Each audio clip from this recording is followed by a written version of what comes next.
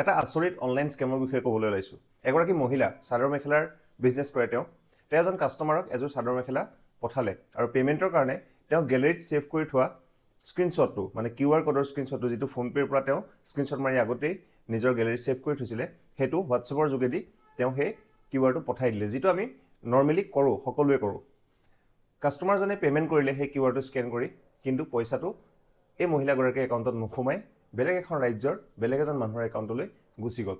কথাটো ভাবিবলৈ অলপ আচৰিত লাগে, কাৰণ তেওঁ নিজৰ ফোনপে'ৰ পৰা যিটো QR কোড স্ক্ৰীনশ্বট মাৰি থৈ দিছিলে, সেইটোতো তেওঁৰ নিজৰ QR হয়। সেইটো স্কেন কৰাৰ পিছত পইচাটো বেলেগলৈ কেনেকৈ যাব পাৰে? এই মহিলাগৰাকীয়ে মোক মেছেজ কৰিছিলে, তেওঁ গোটেই ডিটেইলছখিনি ক'লে। তেওঁ নিজেও আচৰিত আৰু কথাটো শুনি সঁচাকৈ ময়ো আচৰিত। এইটো কেনেকৈ হ'বলৈ পালে একচুৱেলি ধৰিব নোৱাৰি, কিন্তু এটা কথা অলপ আইডিয়া কৰিব পাৰি।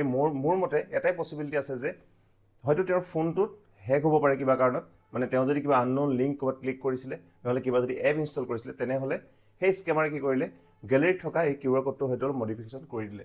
কাৰণ সেই QR কোডটো যেতিয়া স্কেন কৰা যায়, সেই মানুহজনৰ নামটো ওলায়, সেই স্কেমাৰজনৰ নামটো আৰু মানে UPI ID টো ওলায়। কিন্তু এই মহিলাগৰাকীৰ ছেইম ফোনপে'টোতে যদি আকৌ QR কোডটো জেনেৰেট কৰা যায়, তেতিয়াহ'লে স্কেন কৰিলে তেওঁৰ নামটোৱে ওলায়। মানে সেই আগৰ যিটো QR কোড গেলেৰীত ছেভ হৈ আছিলে, সেইটো ইনভেলিড হ'ল বা সেইটো মডিফাইড হ'ল। এইটো এটা নতুন ধৰণৰ স্কেম, আৰু এই স্কেমৰ পৰা বাচি থাকিবলৈ আমি কি কৰিব পাৰোঁ সেই বিষয়ে আমি অলপ আলোচনা কৰিম। গেলেৰীত ছেভ কৰি থোৱা এখন ফটো কেনেকৈ মডিফাই হ'ব পাৰে সেয়া মই নাজানো। স্কেমাৰসকলে বহুত নতুন কিছুমান টেকনিক উলিয়াই আছে, কেনেকৈ আমাৰ পৰা পইচাবোৰ সৰকাই লৈ যাব পাৰে।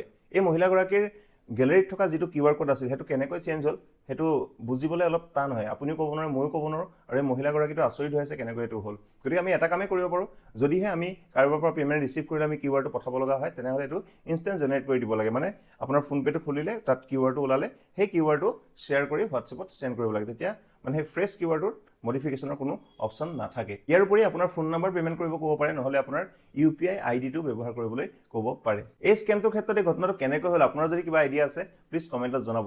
কাৰণ এইটো বস্তু মই আচৰিত হৈছোঁ কেনেকৈ হ'ল। মহিলাগৰাকীয়ে যেতিয়া মোক সুধিছিলে, মই তেওঁক একো এক্সপ্লেনেশ্যন দিব পৰা নাছিলোঁ। মই তেখেতক কৈছিলোঁ যে মই ৰাইজক এৰি দিম, ৰাইজক গোটেই কথাখিনি ক'ম, যিসকলে ভালকৈ জানে তেওঁলোকে জনাব যে একচুৱেলি এইটো হ'ল কেনেকৈ। মোৰ মতে ফোনটো হেক হৈছিল, কিবা এটা হৈছিল। যদি আপোনাৰ মতে বেলেগ এটা কিবা কথা থাকিব পাৰে, প্লিজ জনাব।